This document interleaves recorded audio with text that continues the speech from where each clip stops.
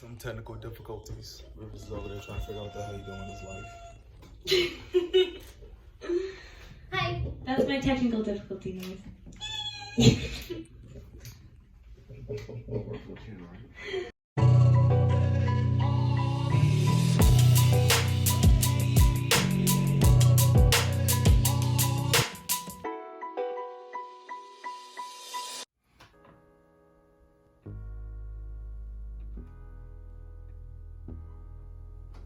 Welcome back to episode 50 of the Hanz Nobe vlog.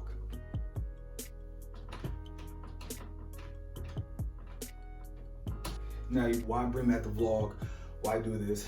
The main reason why is because, again, I want to make sure I bring you guys content of some sort of value.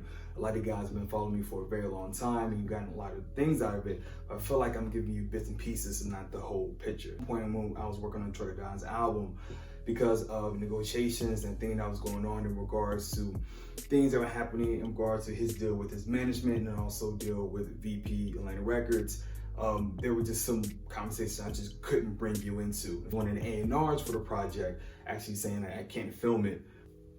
Again, coming back to this, I want to give you guys a whole picture. So what I'm going to be doing is, my goal is to release these every week.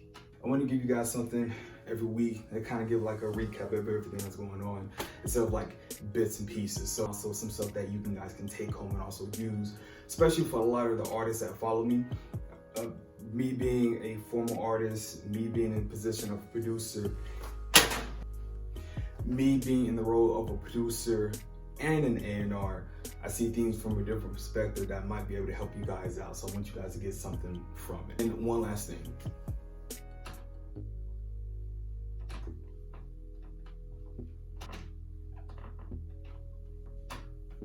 Subscribe to my YouTube channel. Definitely would appreciate it.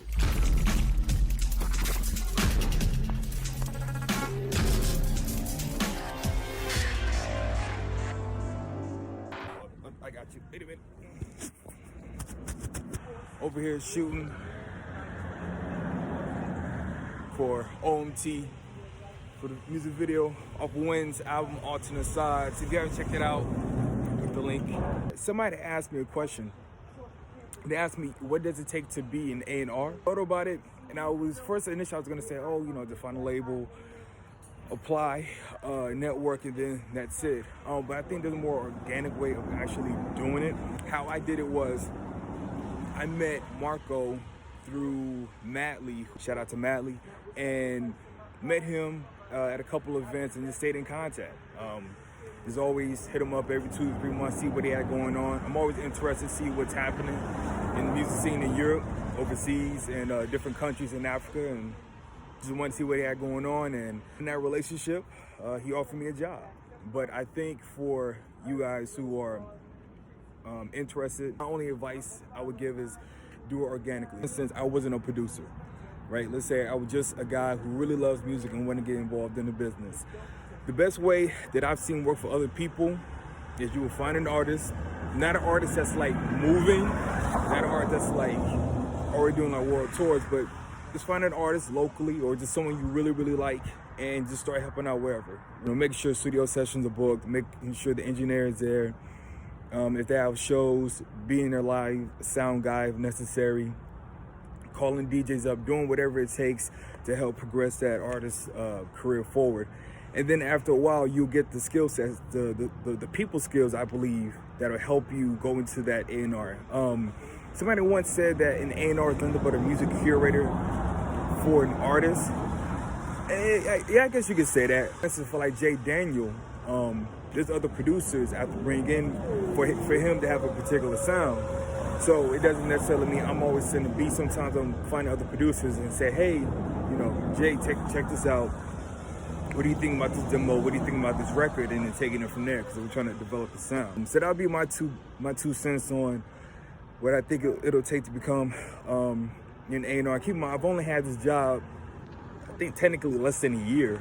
If you're following me and you have not sent me your music to check out, send it to me. I want to check it out. Matter of fact, let's set up some time where we'll sit down and actually just vibe and connect to your music. I want to see what you have going on. Maybe I got a couple of records for you. Ladies and gents, it's Hanz Nobe. Rivers over here at Penthouse Studios. We are getting ready to have our rehearsal for J Daniel's performance. Anyway, heading downstairs to get J Daniel. Shannon's supposed to be here. Nico's supposed to be here. Dre, our choreographer, is supposed to be here. And Ken, our vocal coach, is supposed to be here. It's gonna be a full house. Yeah, man. Just got back into the States. Took vacation. Was out in Botswana, Zimbabwe for a little bit. It's cool, man. Just it's good to get out the country for a little bit. I feel like I was a bit overworked.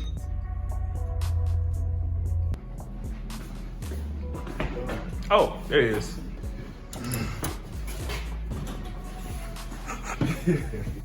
I don't know how to. There we go. And then,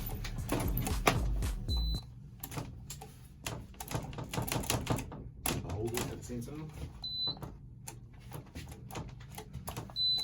Come on.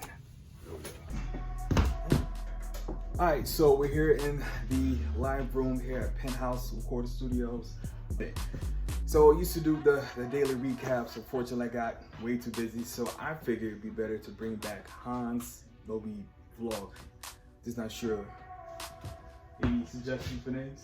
You look like a real thespian with that nose ring. Oh, the nose ring. So yeah, we're here. We're gonna have rehearsals very soon. The goal here today is to make sure that. Oh, Shannon's downstairs. The goal for today's rehearsals is to sort of work out the kinks in the cobweb. Last show we had that was at Delancey actually went pretty well. We got a lot of great feedback. It was kind of a tight-knit spot, which was good, so gave us a chance to have more of an intimate feel with the audience.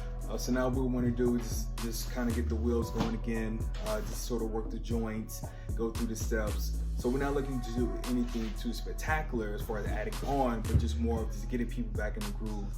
And then from there, we'll start adding things. We just want everything to feel more natural. And with you, I could dance all night. I wish we could stay young forever. Or happily ever after. Just kind of go over it for a little bit. Oh, honey, that's my memory. I'm trying to remember because that was an 8-show run, so I don't know. I don't know, Daisy. Just having a discussion. So we're going through the set list for J Daniel and working on a new song called Technicolor. Cause that's what I'm saying. Like if we're performing the records, should we perform records that people can actually go and stream? Well, yes, but at the same time, it gives them something to keep looking forward to. So although we can go ahead and stream, because you can't stream Don't Forget Me. But that's the strongest record. Like how come that's not out yet? But we're saving that for another album though. It's gonna be totally different EP, yeah. So are we taking Don't Forget Me off the set list then? Don't Forget Me still on the set list. Right, but if I'm a consumer, where can what's the rationale is what I'm saying. If I like, oh, I really like that record, where do I go to buy or stream that record? Yeah, mid-February, which is sure. The shows are coming out faster than we get the material out. So with getting everything mixed, mastered, and then trying to do shows, we gotta keep the momentum going. But they can still stream everything that we already have. So you also have to remember, a lot of our people are people that been coming to the previous shows. So we do want to grab more attention to new people, but also we want to keep it fresh for those reoccurring fans. So hey guys, this is something that's coming forward. So this is the stuff that goes in the background that I'm just doing it just for right now, just so you guys get a sneak peek of stuff that happens between like an A&R and a manager, or just management, just in general. Like this is the stuff you guys don't see.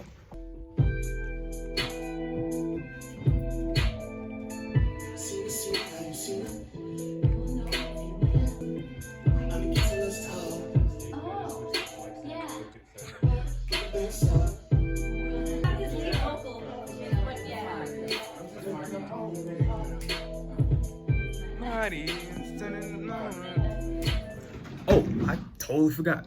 Guess what came in the mail today? Let me open it.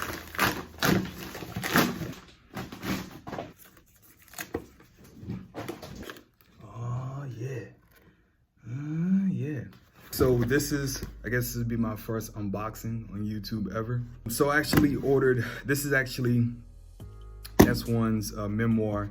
If you're not familiar, this is Symbolic One. He's famous for producing for like Adam Levine, 50 Cent, Kanye. The biggest, one of his biggest records is with Gladys Knight, and also the most recognizable one would be with Kanye West. He produced Power. He's actually from Waco, Texas, so he's from my home country, so you know I gotta represent.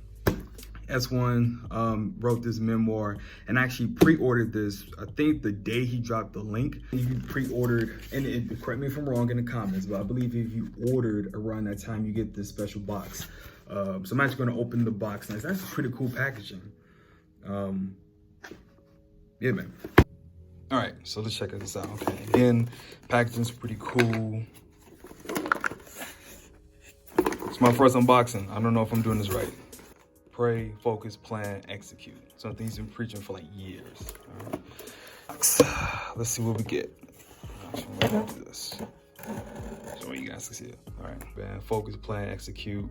I'm definitely gonna be rocking this for sure, for sure. Symbolic One. You get a pen. Looks like it's a pen and a highlighter. Also get a nice pen. That's a stylus as well. Oh, I'm definitely gonna rock this. Only thing is, it's like Baylor green. I'm Texas State alumni, but because S1's my boy, I'm gonna rock it for sure. Gives a bookmark here. Let's see what it says. It says, identify your passion, develop it, and then aggressively pursue it. And then, oh, check this out. Thank you. Feel free to share, post, review, use hashtags below. Thanks again, S1. Here we got the book, man.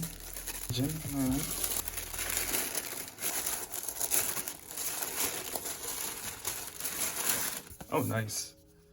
Nice. Two-time, well, he has to update that. Now it's 3-time Grammy Award winning producer S1 tells the story of humbling beginnings to working with the music industry's most influential artists with music. So I'm definitely going to be checking this out. Definitely going to read this. Looks like it would be kind of a quick read, honestly. Oh, look at that. Thanks again for all your support. Hope you enjoy the book, S1. It'll be pretty good. If it's anything like his interviews, it's definitely gonna be a lot of free game in there. It's probably gonna be gems he's gonna drop in there. He didn't even know he dropped because he's that type of guy. Check this out. So yeah, follow S1, get the book. Like I said, I'll check it out. I give a full review and then I'll keep you guys posted. All right, so we're back here at Penthouse in the live room. And I was setting up the 4 mics, waiting for Jay Daniel, Nico, Shannon, and we're also gonna have Dre here as well. Ken? I'll probably say Ken. But anyway, I was sitting here, and so Major Stage has actually bumped up our stage time. So initially we were like 15 minutes, now we're at 20. Not good. And so now we are adding another record to the set list. It's gonna be called Technicolor. This is the best part. You wait.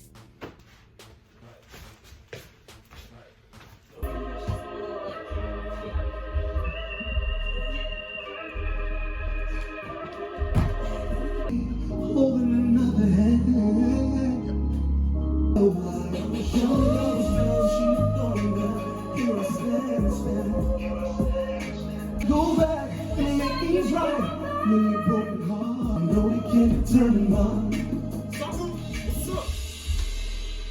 Can't tell me nothing. I can't do that thing. But Nothing.